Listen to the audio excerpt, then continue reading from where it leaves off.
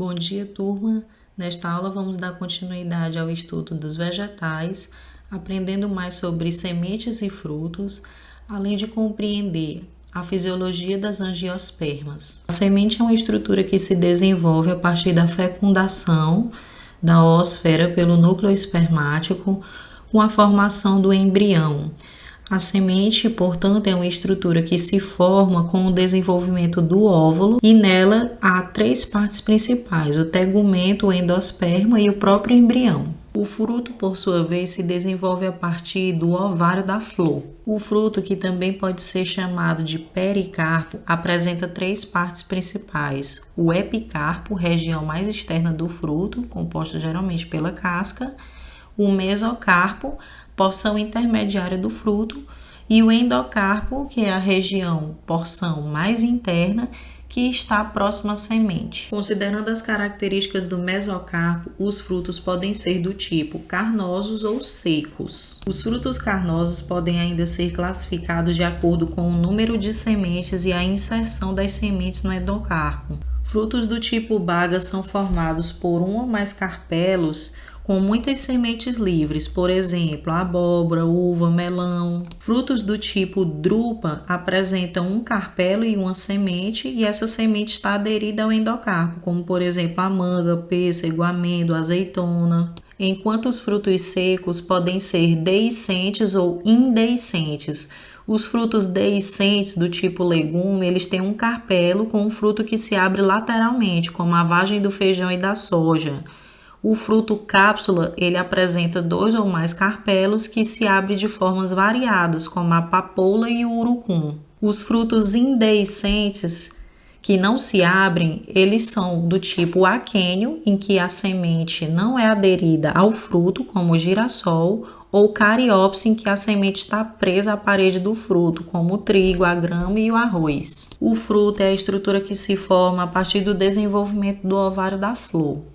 Mas pode acontecer de que algumas estruturas da planta sejam consideradas como frutas, porque fruta é uma designação dada para frutos ou partes de outros órgãos que são comestíveis, suculentos e adocicados. Portanto, há os pseudofrutos, que são frutos falsos. Esses frutos surgem de estruturas que têm características e funções semelhantes aos frutos, mas em geral não são frutos verdadeiros, porque não se originam do ovário. A parte suculenta do caju, por exemplo, é um pseudofruto, porque ele se origina a partir do pedicelo. O verdadeiro fruto do caju é a castanha. Na maçã, a parte comestível, geralmente mais apreciada, ela se desenvolve a partir do receptáculo, enquanto o verdadeiro fruto está no interior da polpa. O morango, ele se desenvolve a partir do receptáculo da flor. Ele é um pseudofruto agregado ou um fruto composto, porque os verdadeiros frutos dessa fruta são aqueles pontos amarronzados que estão nessa estrutura. Há ainda aqueles pseudofrutos que são múltiplos ou em frutescência, como no caso da amora, abacaxi, jaca e figo, em que essa fruta se desenvolve a partir do desenvolvimento de uma inflorescência. São frutos que se fundem em uma estrutura. Para que uma nova planta se desenvolva, é necessário que haja condições necessárias para isso. Por exemplo, como o embrião está no interior da semente, essa semente geralmente se dispersa por ação do vento, de animais ou ainda da água. A presença ou ausência de luz influencia na germinação da semente. Algumas espécies, elas só germinam quando recebem luz, enquanto outras germinam no escuro. Algumas plantas, inclusive, conseguem permanecer inertes ou com a semente inativa por vários anos até que haja condições de luminosidade ótimas para a germinação. Plantas que crescem em ambientes muito escuros, ocorre o estiolamento. A planta cresce de maneira anormal.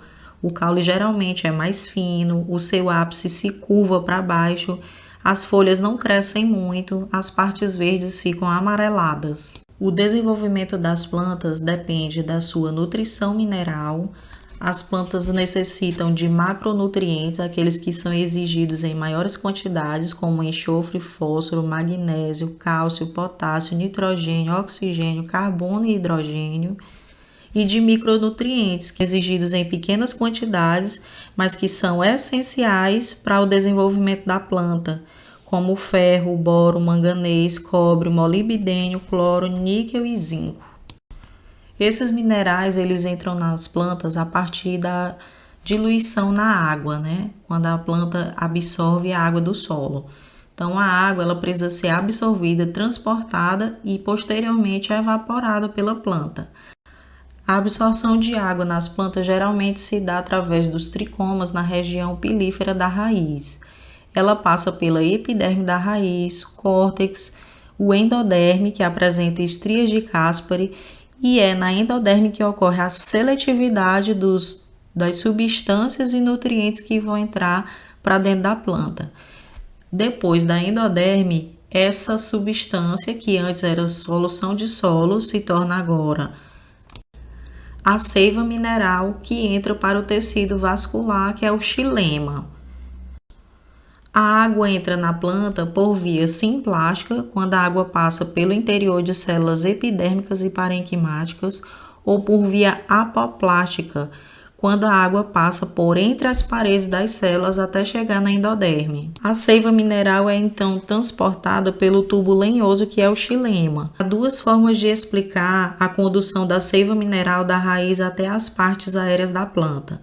A teoria da pressão positiva da raiz, em que essa água é empurrada para cima através de um gradiente de pressão positiva, deslocando a água para os locais com alta concentração de substâncias orgânicas. Essa teoria até explica a ascensão da seiva mineral em plantas de pequeno porte ou em condições especiais como solos encharcados, mas não explica quando a seiva mineral ela precisa ser conduzida por plantas altas. Outra explicação é a teoria da coesão, tensão, transpiração, em que a ascensão da seiva ocorre a partir da perda de água por transpiração, que torna as células das folhas mais concentradas, gerando uma tensão que leva essas células a absorver por osmose a água do xilema.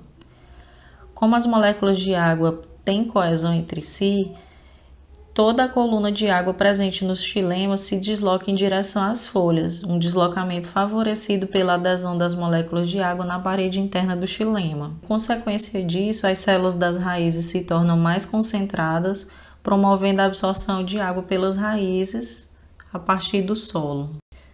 De maneira geral, é como se a transpiração foliar funcionasse como uma bomba de sucção, em que ocorre a ascensão da seiva mineral e a absorção de água pelas raízes. Acredita-se que, em relação à condução da seiva orgânica, ela ocorre através de transporte ativo.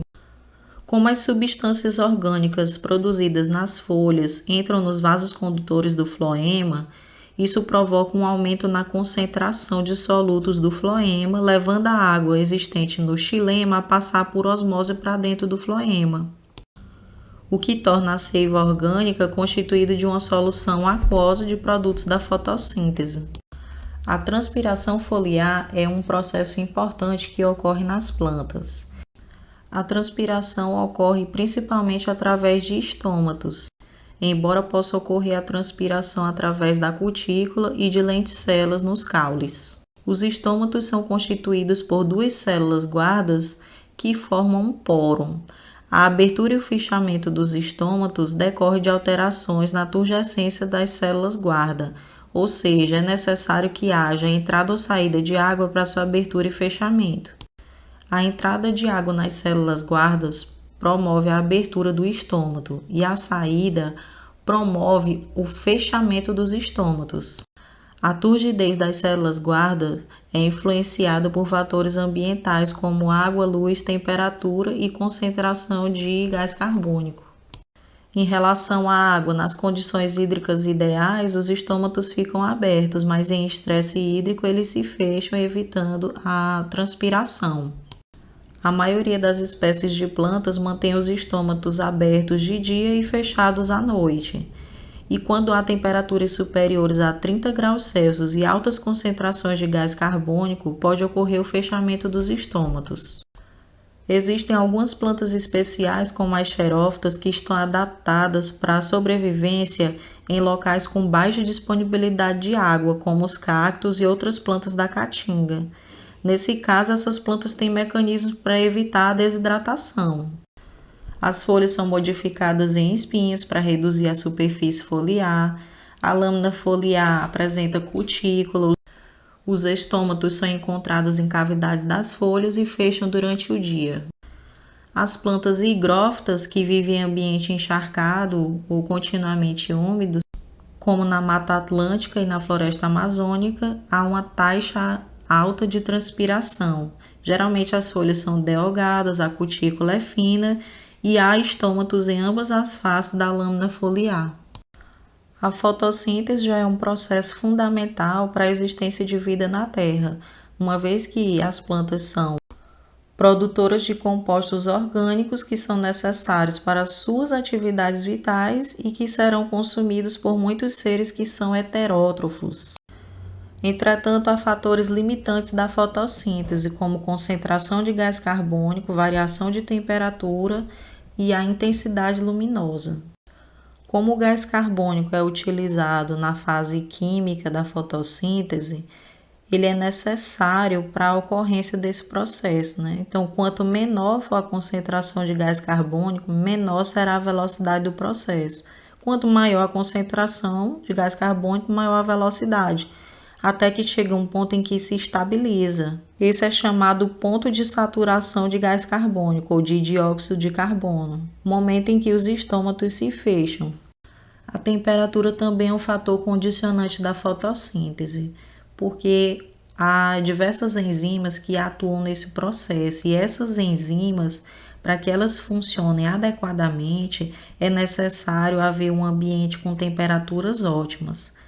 Para a maioria das angiospermas, a temperatura ótima está entre 30 e 40 graus Celsius. Temperaturas inferiores a 30 graus Celsius ou superiores a 40 graus pode ocasionar a desnaturação dessas enzimas, alterando suas propriedades físicas e químicas, levando à diminuição ou interrupção total da fotossíntese. A intensidade da luz também é um fator determinante. A velocidade da fotossíntese é diretamente proporcional à intensidade luminosa. À medida que a intensidade luminosa aumenta, a taxa de fotossíntese aumenta, até o ponto de saturação luminosa, que é quando o aumento dessa luminosidade não vai mais influenciar na velocidade da fotossíntese. É importante lembrar que, além da fotossíntese, a planta também realiza a respiração. Em determinados períodos do dia, há uma intensidade luminosa em que a taxa de fotossíntese se iguala à taxa da respiração. Essa intensidade luminosa é conhecida como ponto de compensação luminosa. É quando a quantidade de oxigênio, a matéria orgânica que é produzida pela planta, é a mesma consumida na respiração e a quantidade de gás carbônico liberado na respiração é a mesma utilizada pela fotossíntese. É por isso que é necessário que durante o dia haja períodos em que a intensidade luminosa seja maior do que a do ponto de compensação luminosa, para que a taxa de fotossíntese supere a taxa de respiração. As plantas produzem os fito-hormônios, que são substâncias que vão regular o seu crescimento, seu desenvolvimento. Os principais fito-hormônios são as alcinas, o ácido abscísico, o etileno, citocininas e giberelinas. Existem diversos tipos de alcinas, mas a mais comum é o ácido endolacético, que é produzido nas folhas jovens, sementes, ápices caulinares, e esse ácido vai desempenhar diversas funções na planta, como estimular o crescimento das raízes e caules, promover seu alongamento, controla os movimentos como o fototropismo e o gravitropismo. O ácido abscísico, ele está relacionado com respostas da planta em situações de estresse, como falta de água ou baixas temperaturas. O gás etileno vai ser produzido em diversas partes da planta, sobretudo em folhas e caules, e está relacionado com o envelhecimento ou senescência da planta. As citocininas, elas estimulam a divisão das células da planta e, portanto, esse hormônio ele atua diretamente nos meristemas apicais da raiz. e é transportado para outras partes da planta. As giberelinas são fito-hormônios que são produzidos nos tecidos jovens de caule, sementes e desempenham funções como estimular o alongamento do caule de gemas caulinares. Mas para que ocorra a floração de determinadas plantas, é necessário que haja um fotoperíodo adequado. Existem angiospermas classificadas como plantas neutras, as plantas de dia curto e as plantas de dia longo. As plantas de dia longo necessitam de noites curtas para florescer, e as plantas de dia curto necessitam de noites longas. As plantas neutras não são afetadas pelo fotoperíodo. É o que ocorre com o milho e o feijão, por exemplo, que florescem o ano todo. São exemplos de plantas de dia curto, aquelas que florescem no início da primavera ou outono, como os crisântemos e as prímulas. E são exemplos de plantas de dia longo, aquelas que geralmente florescem no verão, como alface, espinafre, trigo e cevada.